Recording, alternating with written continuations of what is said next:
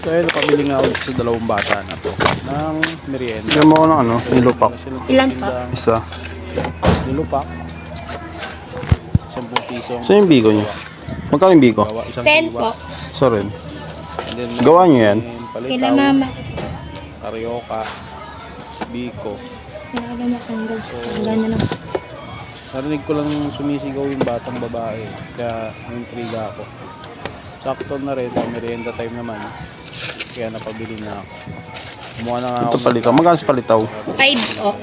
10 pesos din dyan, dalawa. Tumutulong sa magulang kahit bata pa lang. Siguro ito yung ginagawa pagka kada weekend. Nagtitinda sila. Sa bitso dalawa din. Bibigyan ko sana. Dito rin po. Ano ba yan? Carioca po. Carioca pala. Siguro susunod ka lang. Makakatuwa lang kasi. Kasi sa murang edad din na pili ko. Dito rin po. Laban na Biko. para makatulong Ilan sa po? Dalawa. magulang-gulang. So makikita, mapapanood nyo sa video na to yung pagbumukbang ko. 10 isa yan? Papa. Aking mga pinamili. Gano'n ba So, ito? enjoy watching. Maraming salamat. 10, 20, 30, 40, 50. Tatluin mo na yung biko.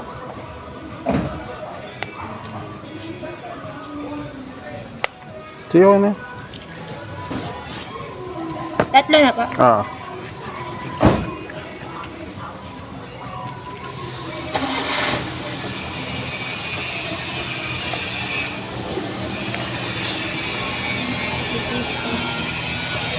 And 30, 40, 50, 60. Dagdagan mo pa nga itong ano, Carioca ng dalawa. Para 70.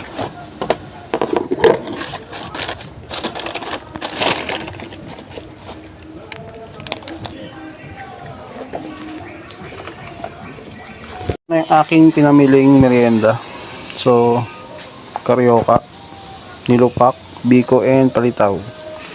Tara, tikman natin. Gawa raw to nung nanay at tatay nung dalawang bata. So, tikman na natin to. Ito yung biko.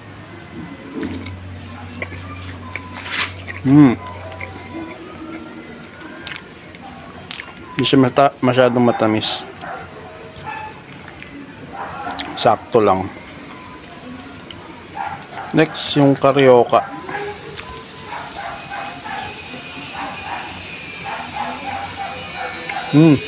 Drop. Akala ko bicho-bicho. Namis ko yung bicho-bicho ng ano, ilo-ilo. Matamis yun, parang pilipit.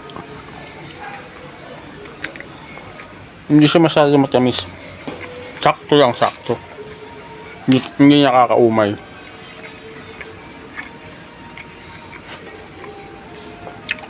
Next natin yung eto.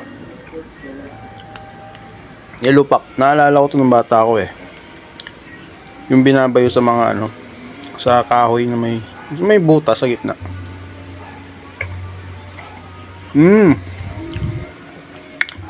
Sarap. Lasa panalo. Grabe ito pag binabayo mo yung ano, yung saging. Kasalagyan mo ito ng margarine. The best.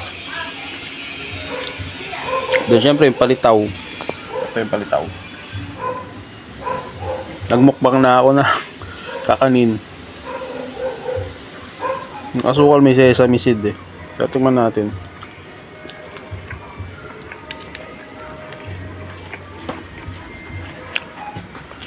Ganun pa rin lasa ng palitaw. Magkakatalo lang talaga sa asukal. So ginamit na asukal dito parang wash. So yung bacon, hindi masyado matamis kaya lagyan natin ng asukal.